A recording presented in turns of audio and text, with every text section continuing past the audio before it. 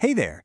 If you've ever felt like your mind is just stuck on a loop, replaying things over and over again, then you're in the right place. We're going to talk about that habit of overthinking, and more importantly, find some simple, gentle ways back to a sense of calm. Sound familiar? You know the feeling. It's late, everything's quiet, but your mind is just so loud. You're caught in that spiral, right? Picking apart every little thing you said, every choice you made, and just wondering, what if? I just want you to know you are not alone in this. This is a deeply human thing to go through. So first things first, we need to draw a really important line in the sand, because not all deep thinking is bad for us. There's a huge difference between productive reflection, the kind that helps us learn and grow, and overanalysis, the kind that just keeps us stuck. Seen that difference? That's the first step to getting free. And here's what that difference really looks like. Reflection, that leads somewhere. It leads to learning, to growth, to clarity. It's all about action. It asks, okay, what did I learn? What can I do differently? But overanalysis, that's just spinning your wheels. It's ruminating. It doesn't move forward. It just creates more confusion and keeps you from doing anything at all. It's a loop that goes nowhere. It is so easy to feel like something's wrong with you when your brain just won't switch off. But what if we looked at it a different way? What if overthinking isn't actually a flaw in your design, but a feature of your brain's ancient protection system that's just working a little too hard? Let's just get curious for a second, without any judgment. When those thought spirals start to tighten their grip, what's really happening under the surface? What is your mind trying so hard to protect you from? When you dig down, it often comes back to some really common human stuff. It could be a deep fear of making a mistake, or maybe it's a need to feel in control when the world feels so out of control. It can be anxiety or the echo of something someone said to you years ago. Or, and this is a big one, it can just be a real discomfort with uncertainty, with not knowing what's going to happen next. These aren't character flaws. They're just your brain trying to keep you safe. Okay, so understanding the why is so important because it helps us be a little kinder to ourselves. Now let's get practical. Let's build a toolkit. We're going to walk through 7 real, concrete things you can do to gently interrupt that cycle and find a little more quiet in your mind. So here they are. And look, don't think of these as strict rules you have to follow perfectly. Think of them as gentle invitations. Some are about creating a little structure, like setting a deadline.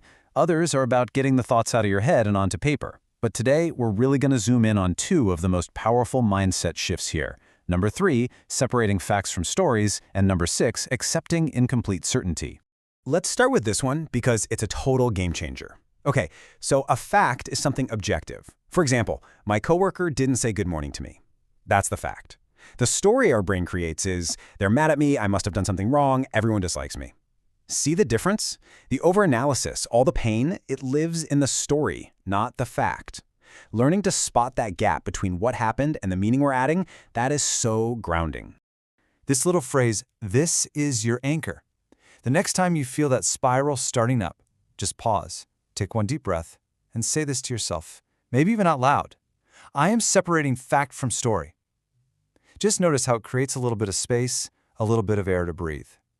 And this is the antidote to that need for control, that perfectionism. So much of our overthinking is a desperate search for 100% certainty before we do anything. But life almost never gives us that. Accepting that we can't know everything, that we can't predict every outcome, that's not giving up. It's actually a huge act of courage and self-trust. And here's your second anchor. When you find yourself endlessly searching for an answer that just doesn't exist, just gently repeat this to yourself, I accept incomplete certainty. It's like giving yourself permission to be okay, right here, right now, without having it all figured out. It's a release. All right, enough talking about this stuff. Let's actually do something together. Right now, wherever you are, I want to invite you to just pause with me for a moment.